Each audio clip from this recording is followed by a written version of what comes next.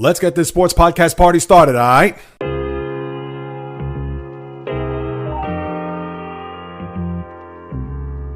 The JAYREELZ podcast.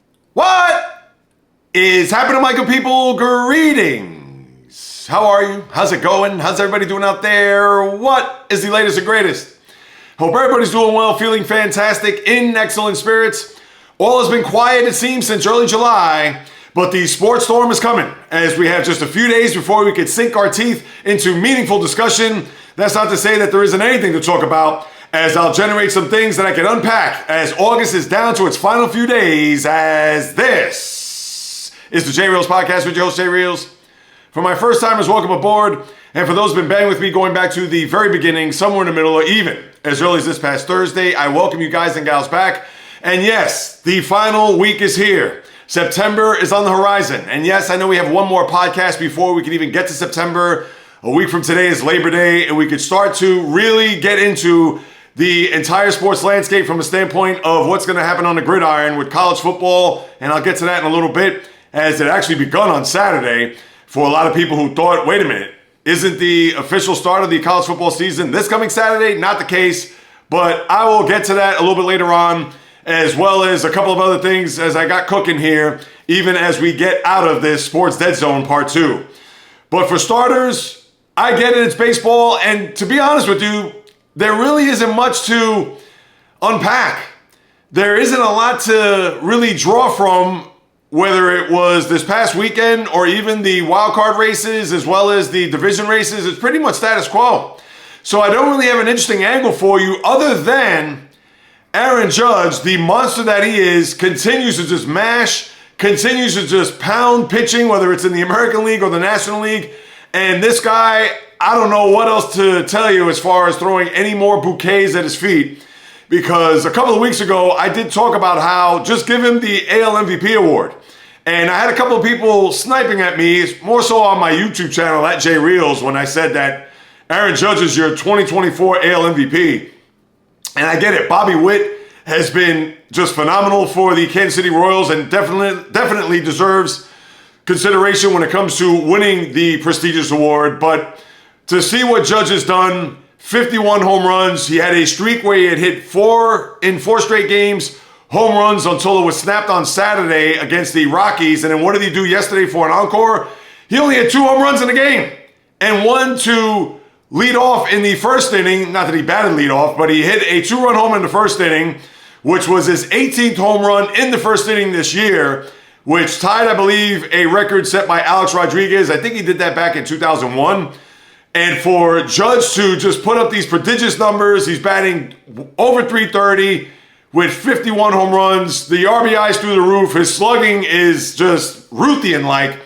And how many more superlatives am I going to have for the center fielder, which we all know he patrols right field in that Judge's chamber there in Yankee Stadium. And there isn't any more else that I could say than the guy is just the best player in the sport, hands down. And there could be a faction of those people maybe in LA, and I'll get to him in a second, that in all likelihood he's going to win the NL MVP when it's all said and done. But for Judge, what more can you ask from this guy, considering the numbers that he puts up and him being the captain of the Yanks? And even though now they have a little bit of a lead, a game and a half in the AL East, and yes, we could take out Bobby Witt and Jose Ramirez off of the Cleveland Guardians and a couple of other players there that, of course, deserve any type of mention when it comes to the MVP. But when it's all said and done, how does it not go to number 99? Because the Yankees, as we've seen, despite the fact that they are in first place and a team that is going to make it to the postseason no matter what, barring just an epic collapse, and I don't think the swoon that they had in the middle of June into late July, that is long gone. Now, they did lose a series to Detroit last week, which will make you scratch your head, and then losing 9-2 to the Rockies. Hey, that could happen even to the best of them. But the Yankees, I would think, they're going to be on a path to win this division because Baltimore, they're springing leaks, not only in their rotation, but you got to wonder, maybe the dog days have hit them hard as they get ready for a September chase to see if they can win the AL East. But let's call it as we see it. Without Judge in that Yankee lineup, depending on him and Juan Soto as well. But if you take Judge out, you could pitch to Soto, and not only that, you could even argue where Soto could probably draw walks as opposed to him trying to get the ball out of the ballpark. But we all know, and there could be a lot of people that could certainly fight or even dispute me when it comes to the aforementioned players such as Witt and Jose Ramirez, but come on. How do you not give it to this guy considering he's going to win his second MVP award in the last 3 years, and he is at the peak of his powers? And mind you, he's 32 years of age, which still, he's in his prime, but we've seen throughout the baseball landscape about these players that are hitting their stride in their mid-20s before they even hit their prime and really take off as a player, which is a perfect segue to get to Shohei Ohtani, because Ohtani is a guy that is on the verge of winning 3, count them, MVPs in the last 4 years. Not only that, but also in different leagues. He won the 2, as we all know, with the Angels, and now it looks like he's going to embark on another piece of hardware to put on his mantle. And on Friday night, got the 40-40 on the same night, 40 home runs and 40 stolen bases in the same season, and he did it in grand fashion where it was a walk-off grand slam. And for Ohtani, shifting leagues, not that it really matters because everybody plays one another. It's not as if this was in the 70s where moving to a new league could be different. You have to learn the pitchers and maybe even the ballparks for that matter.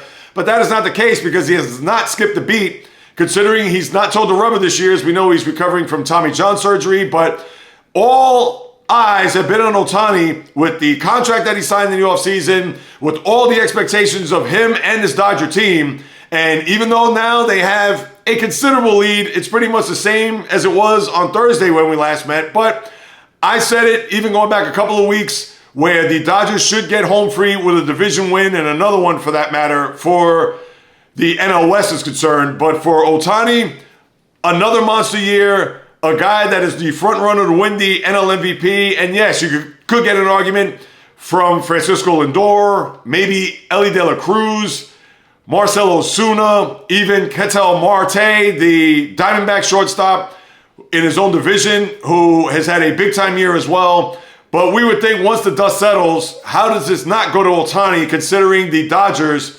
and their lineup has been just battered, bruised, more so their rotation. But we know their starting lineup where Betts was out for almost a couple of months, and you had a couple other guys that were on the shelf. But for Ohtani to keep it together and to have his team in a position to win another division crown based on the numbers that he's put up this year, just like Aaron Judge, how does he not get the NL MVP? And this is coming from a Met fan, knowing what Francisco Lindor has done. He's become the leader of this team by far. If you saw the game on Friday night, or was it Thursday night? Yeah, it was the opener against the Padres over the weekend, how he was trying to encourage Huascar Brazoban, who got sent down after that performance where the Mets had an 8-1 lead, and he had to throw almost 40 pitches just to survive that inning and not get pulled there, where the Mets split 4 games, and you know I'm going to get to that in a little bit.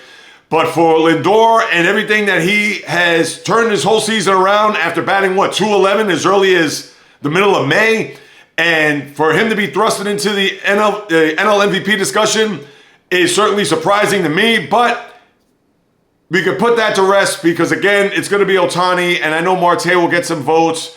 And then you'll also, maybe for Ellie De La Cruz, the exciting, electrifying player of the Reds, and Marcell Ozuna, who's really kept the Braves afloat, considering that they've been in a free fall over the last month, and with all the injuries that they've had in their lineup, whether it's Ronald Acuna Jr., Ozzie Albies, Austin Riley, who's out 6 to 8 weeks just recently with a fractured hand, he certainly could be part of that discussion as far as the MVP is concerned. But when it's over, done with, once we get to close out 162, which will be 5 weeks from yesterday, it's going to be Ohtani's award to lose.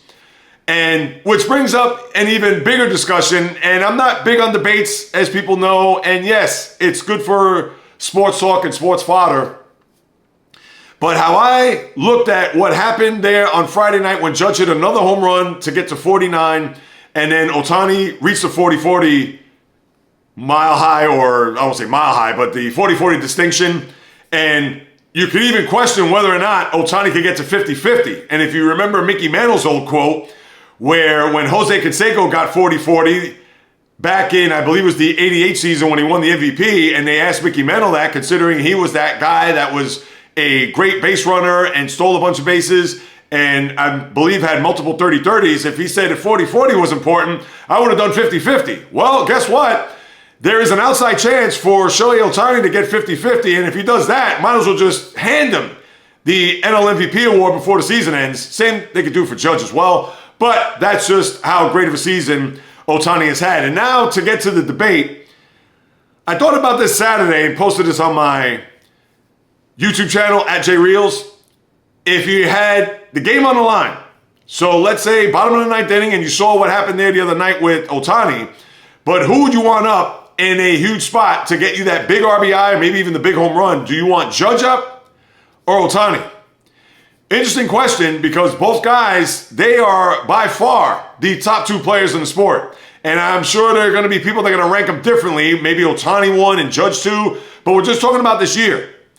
And if Ohtani was pitching and was putting up some big-time numbers on the mound, you could even argue whether or not Ohtani is more valuable than Aaron Judge is. But again, it's not about that. It's about the one at bat. So let's say it's 4-2. I won't even say it's a one-run deficit where you have a runner on first. You want to throw that scenario out there, you can. But let's say it's a 2-run lead that the opposition has, bottom of the ninth, and you have runners on first and third and Ohtani up, or first and third and Judge up. Who would you like to have? And it's interesting because you could pitch the Judge. You throw him those sliders down and away, and I get it. Easier said than done because we know that he has that long extension considering his 6'8" frame. And Ohtani, another guy. All these guys strike out, so yes, can they be pitched to? Absolutely. But we know their strengths when they get into the batter's box. It doesn't matter because Judge could swing the ball up and away. He could swing the ball maybe not up and in, but down and in.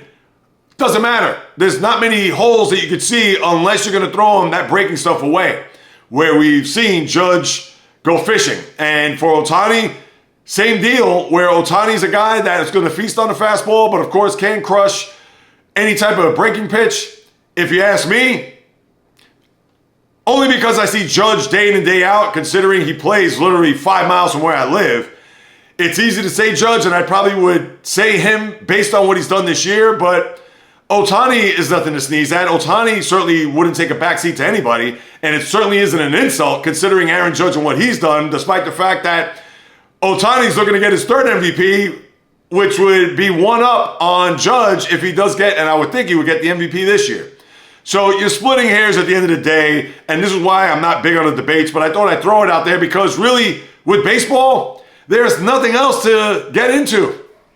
I'm sorry, because let me break down what has happened over the course of the weekend. All right, so the Orioles, they lost the first game against the Houston Astros, big 4-game series there, and they got the middle two before losing last night on Sunday Night Baseball. So the Yankees were able to gain a game in the AL East. So the Orioles who are scuffling here a little bit, and you have to wonder about their rotation with their starting pitching. Grayson Rodriguez on the shelf, Zach Eflin, as well as, no, Corbin Burns has been fine, but Burns, I believe in the game yesterday, let me just double check. Didn't he lose the game last night against the Astros? Maybe it was a couple of nights ago. I have to double check that as I'm pulling this up as I am speaking. But, all right, so the Yankees gained a game there. Guardians and Twins, that race in the Central as well as the Royals, that has pretty much been status quo. Not a lot of movement there, but you have a big series, which I'll get to, in that division starting today with a doubleheader. And both the Royals and Twins are 3 games back of the Guardians in the division. We know the Astros, they're going to be fine there. They're 5-0, 4.5 over Seattle. And I would think that there will be another division crown there in the AL West for the Stros. National League, same deal. Phillies have a 6-game lead over the Braves. They should be fine in the division. Astros come to Philadelphia for 3 games this week, starting tonight, so that should be interesting. Brewers, as we talked about, the Cardinals, they're a distant second. And then the Dodgers still have a decent lead, 3 games. I understand Arizona, who's played well here, have won 6 in a row. They've been on fire. They swept the Red Sox and pretty much put a lot of damage into their wild card hopes for the Red Sox. So that we'll have to wait and see with Boston and what's going to happen with them here over the coming week.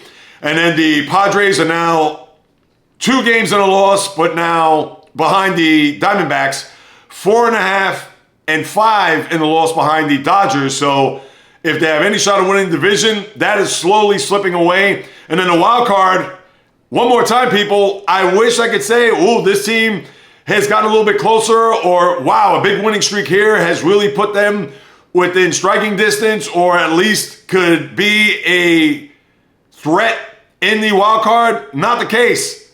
Orioles currently have the top spot, 3 games ahead of both the Twins and Royals, who are tied, as we know. And as I've said here over the last couple of weeks, really over the last couple of podcasts, the Twins and Royals look like they're going to battle it out to see who's going to play the 4 seed, which in essence is going to be either the Orioles or Yankees when it's all said and done. I'm sure if you're a Twin fan, you do not want to see the Yankees by any stretch.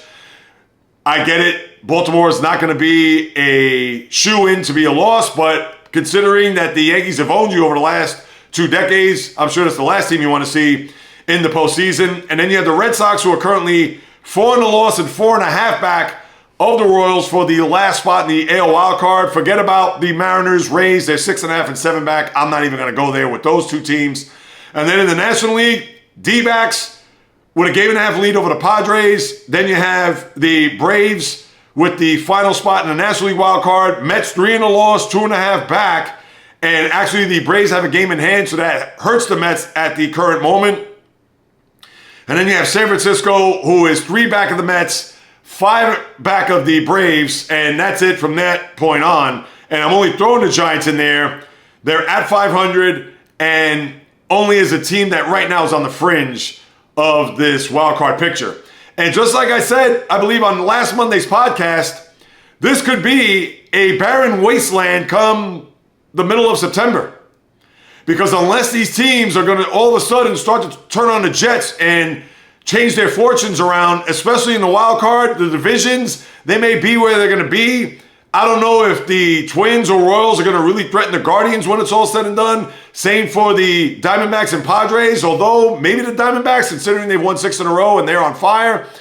But we may get to a point that we're past September 15th or around that time, and either these races are just going to flame out or the divisions are just going to slowly but surely slip away. And then when we get to September 20th, the 23rd, and even though the season ends there on the 29th, everybody's going to say, hallelujah, let's just get to the playoffs and that's it.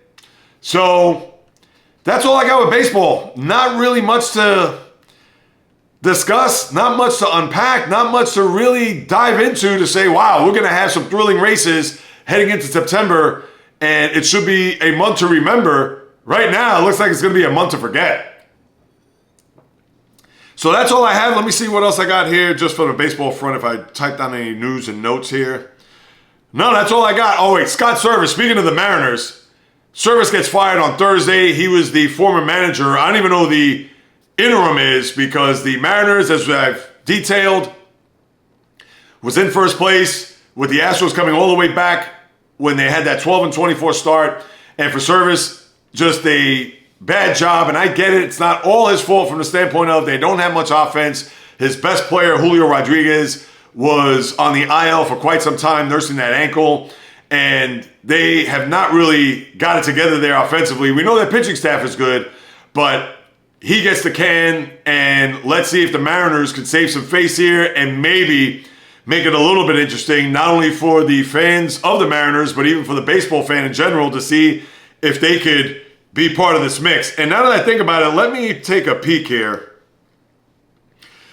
When the Mariners, or if, I should say, not when, if the Mariners do play the Astros here down the stretch. Now, they played them a ton, and I think, they go to Houston the next to last series of the year. And that's interesting because in the AL East, the next to last series in that division is Baltimore going to the Yankees. So who knows? I think Orioles, Yanks, there's going to be something to play for then. If it's Seattle at Houston, the 23rd, 24th, and 25th of September, probably not. So that's it with baseball. Now let me put on my helmet and shoulder pads as I get to what's happening first with college football, because the NFL, I'll follow that up in a second. But the college football season begun on Saturday with the highlight game being Florida State and Georgia Tech. And this game was played in Dublin. Why? I don't know. college football, are they trying to get on the NFL gravy train when it comes to expanding the sport? I could see if it was Notre Dame playing in Dublin, Ireland, because, of course, the correlation there, do I even need to get into that? Fighting Irish, I 100% get it. But for Florida State, Georgia Tech, I don't know why, and hopefully college is not going to go that route, because are there any of the citizens in Ireland any interest in college football? All right, we can say NFL. We know how big the NFL is, and even then I have reservations for them playing overseas, although they've done it here more so in London, and now they're going to branch out. We know they've done it in Munich and Frankfurt, and then, of course, a week from this coming Friday in Brazil. But for college football to have the scene, or to have their scene set there overseas, I didn't really get a good feel of it. I was out and about there on Saturday. I was actually at a beer garden watching the final few minutes of this game where it looked like it was back and forth, and I couldn't really get a good read. But knowing that the Yellow Jackets on that final drive, which led to the game-winning field goal, I know that Florida State had to get the touchdown to tie the game, and I know the quarterback, the former Clemson QB, I can't pronounce his name, you know me with names, DJ, we'll just call him DJ, Ukulele or whatever, I'm not ukulele, but something along the lines of that. For the Seminoles have to cover behind to tie the game, and then the one play that I did see, right across midfield on a 3rd and 18, Georgia Tech threw a bubble screen to where they got 12 yards to set up the 44-yard field goal as time expired. And for Georgia Tech, that's a big win for them. That's cool. And for Florida State, I know that had to be a bitter pill considering they wanted to get off on a good start to their year, even though it was across the pond and not in front of their home fans, or at least here on American soil. And they'll also play against Boston College. I don't know if that's a home game. I'll get into the college schedule on Thursday's podcast, because they'll play a week from today, Monday night. I believe it's on ABC or ESPN. So for them who had that undefeated season last year before losing to Georgia when they got their doors blown off, when they found out that they weren't part of the college football Final Four, and then now they lose the opener. Of course, the question is, are their playoff chances doomed when it comes to the expanded 12-team playoff? And I have to say, right at this very moment, it is not. Now, their schedule is tricky as you get later on into the year, and I'll get to that in a second. But because of the 12-team college expansion, and I wish they would have went to 8 first before 12, and now they're already talking about 16 in 2 years. I mean, again, it's the greed. It's just the money-making machine that college football now, it always has been. Not like the NFL, of course, because it is a collegiate game more so than a pro game, but still, now they're trying to, of course, cash in on what the astronomical numbers are, not only from the schools getting the money, but also what this means for contracts for the NCAA and what this means long-term. So we all know that it's a fiscal just boon for college, but I would still think that even with that loss, that there is an outside shot, even if they were to lose 3 games. So in the past, there were teams that would maybe get a shot to get in at 2, even if it was a scenario where it was just 4 teams as opposed to 12. We know that there's going to be a 2-loss team making it into the playoff. That goes without saying.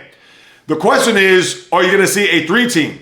And chances are that 3-team that does lose, or as I say, the 3-loss team, they're going to be at the bottom of that bracket where they could be an 11 seed or even a 12 seed. Now, it's maybe a long shot, but there still could be a shot based on the reputation, because let's face it, let me just pick a team off the top of my head.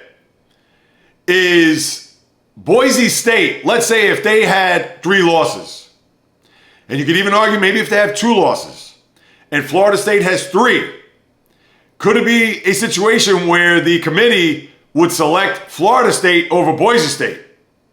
Or if it's a scenario where, let's say, Boise State is ranked 12th, and Florida State, they both have the same record, whatever that record would be, 9-3 at the end of the year. Will the selection committee choose Florida State over Boise State? So that's not out of the realm of possibility for the committee to do so. So it's not going to be just based on the top 12 teams in the nation. You know there's going to be a factor of the strength of schedule, of the conference that they play in, etc., in order for a team like Florida State to make it into the tournament. Now, granted, the ACC is by any means not a run-of-the-mill, or I should say they're not a gauntlet of a conference when it comes to the teams that are in there. Now, yes, you do have some teams that are of note, whether it's North Carolina, whether it's Clemson. I know Miami, but Miami, they're not the powerhouse that they once were. So there are a handful of teams that you can look at and say, all right, well, it may not be the SEC or the Big Ten, but ACC is decent. But we all know at the end of the day, the ACC doesn't carry any water in comparison to the other two aforementioned conferences, which we all know they're adding teams, as we've spoke about here over the last 6-7 months when we were discussing college football. But for Florida State, here's what you would have to look at as far as their schedule is concerned. Now, I'm not going to go through the entire schedule, but they do have Clemson in their building. They do have to go to Miami. Now, the big one is at Notre Dame, because they could beat Clemson, and even though the game is in Miami, it's not as if it's the old Orange Bowl where just that building alone was a force, was just a, I don't want to say it was similar to the Spectrum in Philadelphia, the Broad Street Bullies of the Philadelphia Flyers when I'm talking about the National Hockey League, but we know that there was an aura about the team and about the old crusty Orange Bowl. Sadly, the Hard Rock Stadium does not have that same appeal. It does not have that same panache. So, although that's a game you have to look out for if you're Florida State, and it is an in-state rival game, but we'll see, considering that Florida State was ranked 10th going into the game there on Saturday. And then they have Notre Dame, which they had to go to South Bend, and then Florida in their building, which we all know, that could be a tricky game. So if you're going to look at, out of those 4 games, which to me are the big ones, and they do play North Carolina, but it is at home. That's why I didn't include them here. But which 2 games, or we should say, which 2 will be losses? I would think Notre Dame, maybe Clemson, maybe Miami. And even if they do lose 3 games, will they make it into the postseason? Keep that in mind as we move it along here. Now, if they get to 2, if they win 3 of those 4 games, they're going to get in. And that will have to see where the chips fall as the season, of course, unfolds.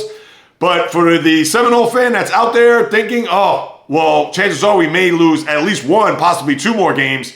How are we going to get into the postseason? Well, those 4 games are going to be critical to your fate as far as whether or not you're going to make it into the tournament when we get to the latter part of November into December. So that's what I have with the college football. I'll get into the schedule there on Thursday's podcast, and I'll get into a little bit of a preview. I'm not going to break down conferences and break down teams and things of that nature, but to me, the preview is going to be based a lot on these scenarios when it comes to the college football playoff, because that's going to be the storyline all year.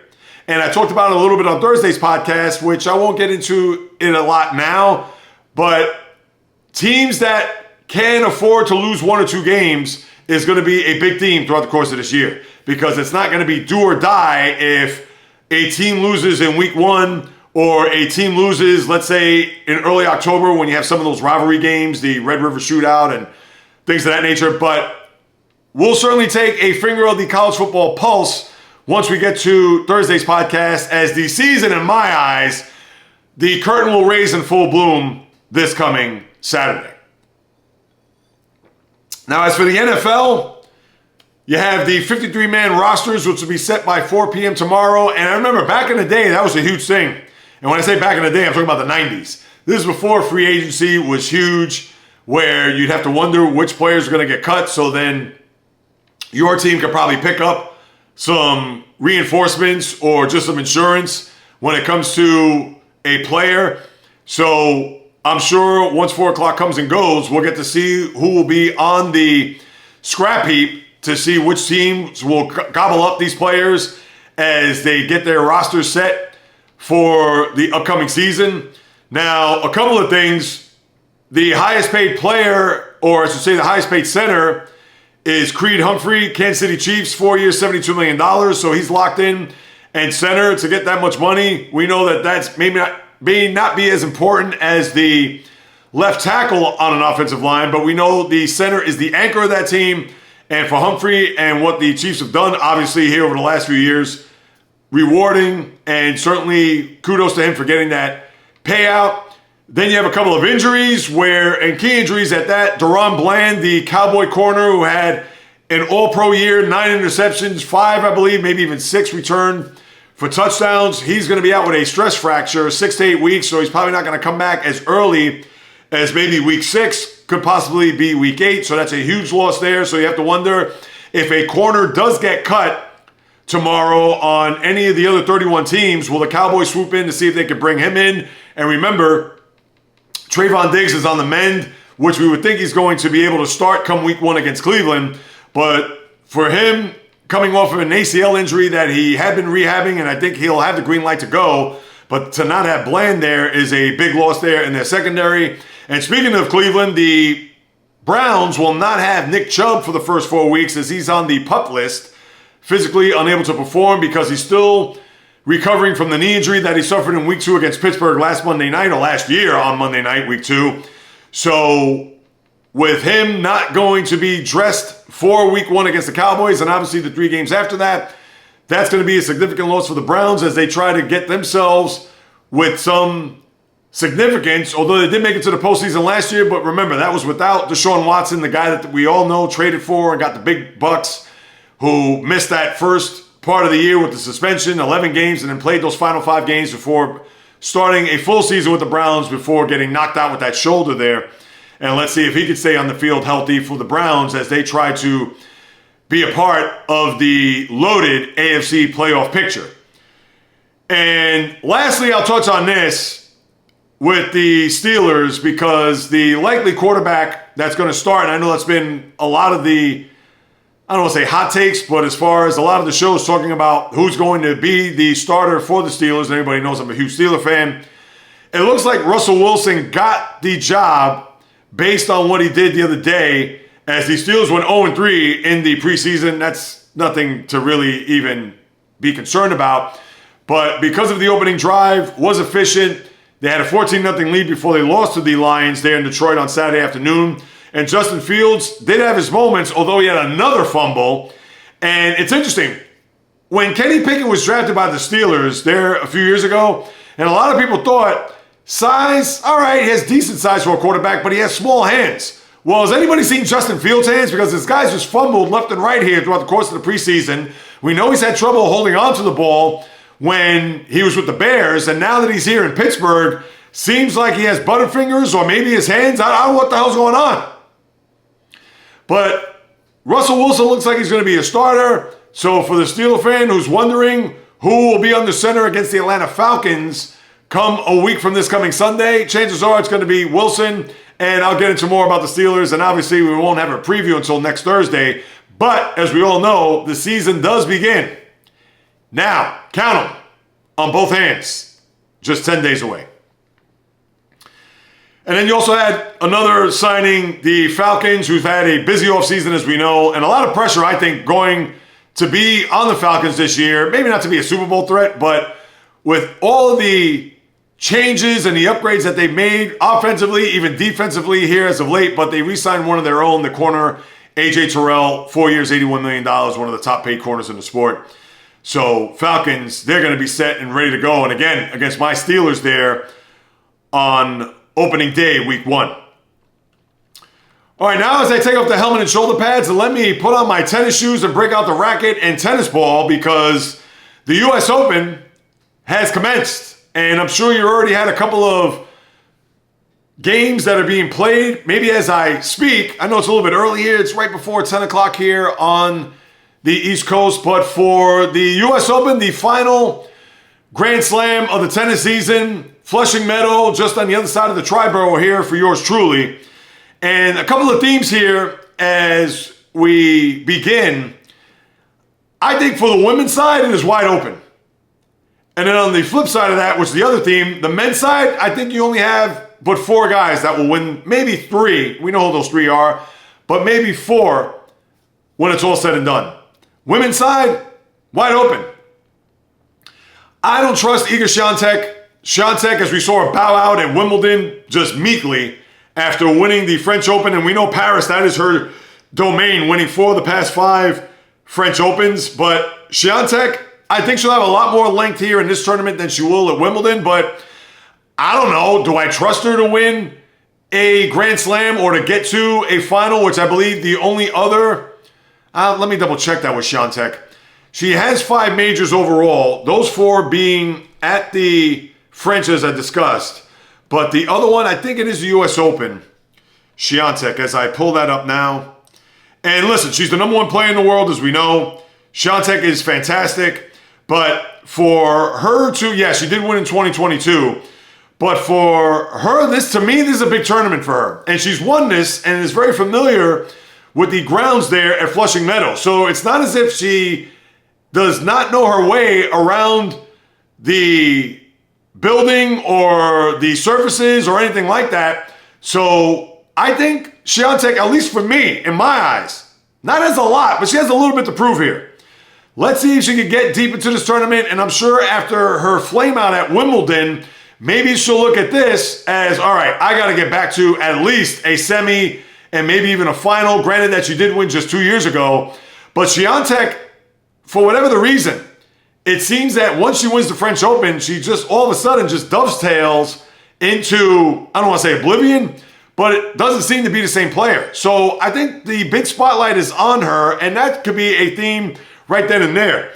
But for other women, whether it's Coco Gauff, she's the defending champ, as we know from last year, and she also would see if she can rebound, considering that she has not had a strong year here in tennis. She did make it to the French final before losing, or the French semis, I believe. She did lose to Świątek then. But let's see if Gauff could get back to defend her title, which would be good for her, and end her Grand Slam year on a high note. And then you have the usual suspects that are on the cusp but certainly can't get over, whether it's the Jessica Pegulas of the world, the Madison Keys of the world. We know about Elena Rybakina. Let's see. I know you're not going to see Marketa Vondrousova. She's going to be out. She will not perform here in this tournament. The Barbora Krejcikova, you know me with these names, people. And I know she went far there in Wimbledon, but fell short. Let's see what she could do here. And for the women's, I think it's wide open. I really, truly feel that any one of those women could win.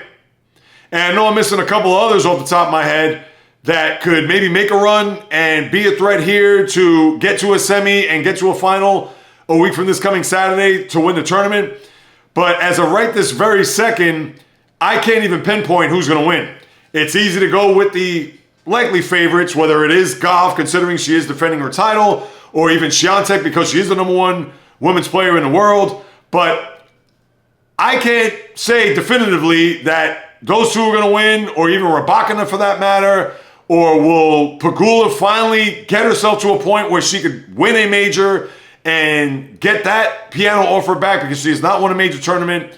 Madison Keys there, a little bit down on the rankings there as far as the women's go, but we know she's a good player. And I know I'm missing a couple others here as I pull that up before I move on to the men's. How can I forget?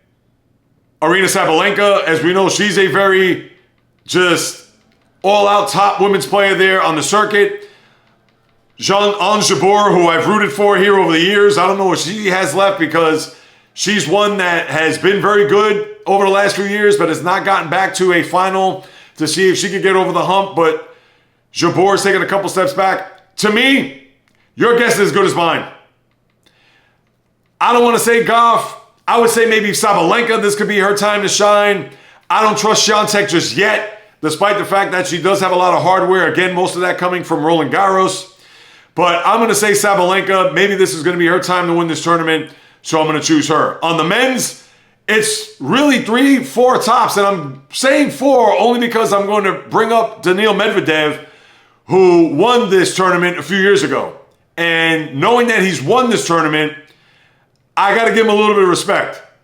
But other than that, it's going to be either Carlos Alcaraz, Jannik Sinner, or Novak Djokovic. And what's interesting about Sinner, I talked about this on Thursday, where he had the 2 failed tests when it came to a positive result for a particular steroid that was used by his masseuse. And granted that the masseuse didn't know, and obviously Sinner didn't know, so therefore he didn't even get a slap on the wrist. He didn't even get a fine, obviously no suspension. And even Novak Djokovic came out to say, wait a minute, if they're going to be stringent on a lot of these particular rules when it comes to whether it was for him when it came to the vaccine, when he didn't even participate in the U.S. Open a couple of years ago because of the mandates that were not only here in the U.S., but even New York for that matter. And for Novak, he does have a point. But for Sinner to come off scot-free and now being on American soil, and not to say that the tennis media here in this country, they're like rabid dogs, but I'm sure the question has been asked, and I'm sure that there may be a little bit of pressure, and the same question asked 1,000 different times, could that wear on Sinner as you get deeper into this tournament? Who knows? We're going to see what he's made of in that regard. But it's either going to be Alcaraz, Djokovic, coming off of winning a gold against Alcaraz, and his knee obviously seems to be fine. And remember, that knee that he had to get scoped in the meniscus that right after the French, I believe, before Wimbledon, and we saw him go to a final in Wimbledon, and then in Paris win a gold, and now here he is back on the scene. Djokovic is going to be a tough out here, but other than those 4 guys that I mentioned, do I believe in Casper Ruud? Do I believe in Holger Rune? Do I believe in Taylor Fritz? Do I believe in Francis Tiafoe? Do I believe in a guy like Stefanos Tsitsipas? Do I believe in Alexander Zverev? Those are all good players, but they are the second tier next to the varsity. And those varsity, and even Medvedev, I'm only putting him in there because he won the U.S. Open, what was it? The year, I believe it was in 21, when Djokovic was going for the calendar Grand Slam. So I don't want to hear that any of those aforementioned guys, and listen, anybody could go on a run, an upset could be made. The weather here in New York, I believe it's going to be warm these next 2 days, and it's going to be in the 90s on Wednesday. And I know Djokovic, he's going to be, I believe, at center court tonight at 7 p.m., and I don't know what time of the day. I would figure he's going to probably also be part of the nighttime festivities come Wednesday, so it's not as if he's going to be out in the middle of the day where it's 90 degrees and the humidity's through the roof. But it is going to be warm these first few days. Then it'll cool off. You may have some rain there on Thursday, and then into the weekend, it looks like it's going to be seasonable. Low 80s, not suffocating humidity, so that's going to bode well, especially for Djokovic, although we know he is physically fit, but he is 37 years of age and has played a lot of tennis. So for him in particular, one to keep an eye on, considering recovering from the surgery, a lot of tennis that he's played here, and going up against the younger studs and Alcaraz and Sinner. And mind you, Alcaraz and Sinner are on the same side of the draw. So if you do get to a semifinal, it's going to be Alcaraz and Sinner if it's chalk. And then the winner of that, provided that Djokovic gets to a final, and we think he will, considering that side of the draw, yes, he's going to have some competition, but not the stiff competition that Sinner will have, especially when you get to a semi. But for Djokovic, and whether it's Sinner or Alcaraz, I'm sure that's what the tennis fan would want, and maybe even more Alcaraz, to see if Djokovic can not only A, get to his 25th Grand Slam and have the all-time lead over everybody, even Margaret Court for that matter, and Serena Williams, who I believe also has 24, but also to cap off his tennis season with not only, I get it, it's the Olympics, it's not part of the circuit or the USTA Tour or just the tennis tour overall, but for Djokovic, I'm sure he wants to get that final tournament, get it under his belt, but with Alcaraz and Sinner possibly being in the middle of that, we will see, and that's not going to be for, let's face it, 2 weeks from yesterday will be the men's final, 4 p.m. there at Arthur Ashe Stadium.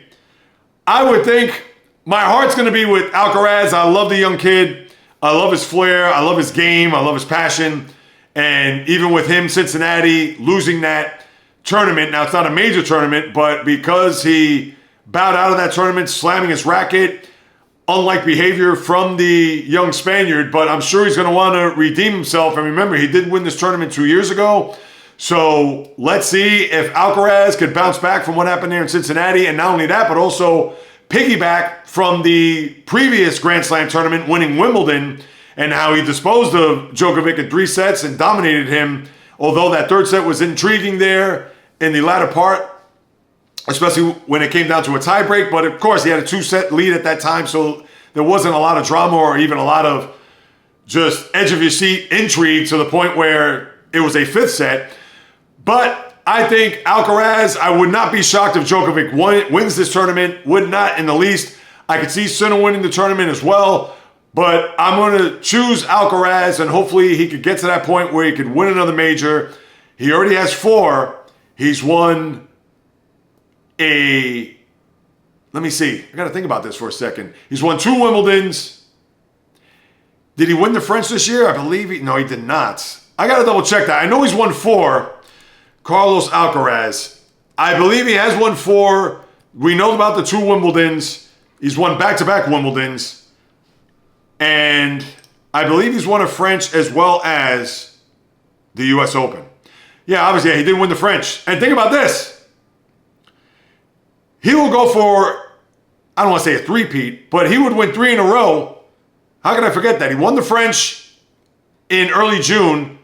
Then obviously late July or middle July, the Wimbledon, and then now U.S. Open. So he's going for 3 straight here, which would be a remarkable achievement.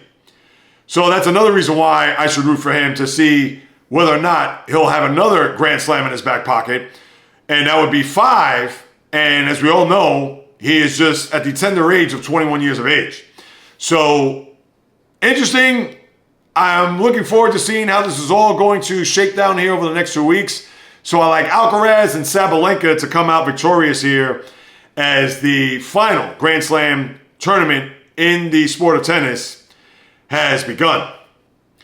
And besides that, people, that is all I have.